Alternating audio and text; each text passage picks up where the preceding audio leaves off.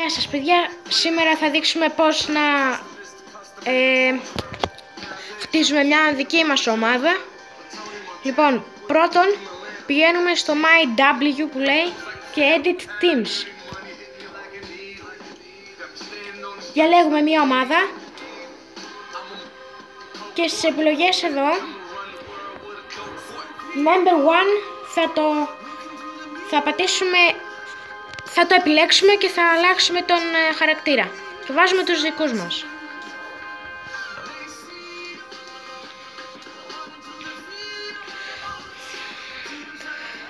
Πατάμε Accept.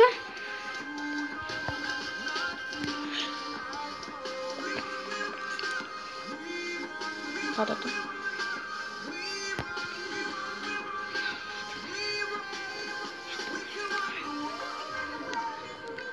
Και